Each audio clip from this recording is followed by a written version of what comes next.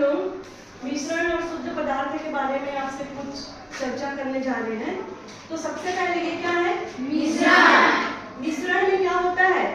इसके जो अवयव होंगे, मतलब ऐसे पदार्थ जिनके अवयव को भौतिक विधि के द्वारा अलग किया जा सकता है ना। भौतिक विधि मतलब जैसे चुनना, बीनना, छानना, ये विधि कौन सी विधि होती है? भौतिक विधि के द्वारा, जो हमको स्पष्ट रूप से दिखाई देती है ना।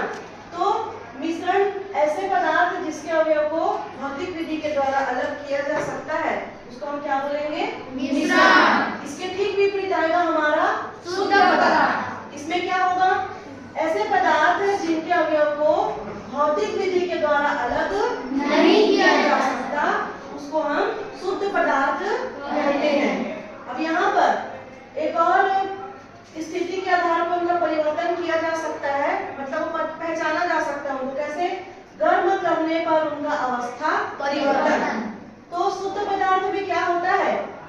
जब हम उसको गर्म कर रहे हैं तो उसका जो अवस्था परिवर्तन है वो कब होगा? निश्चित ताप पर होगा।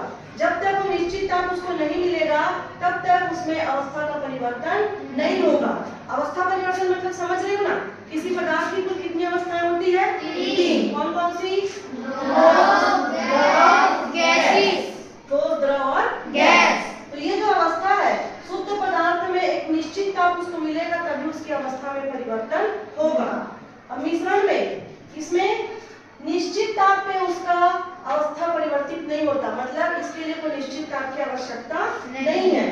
इसमें जो है ये उनके जो अवयव होंगे मिश्रण में जो है अवस्था परिवर्तन, ये मुख्य बिंदु उसका ये है, उनके अवयवों के अनुपात पर निर्भर करता है।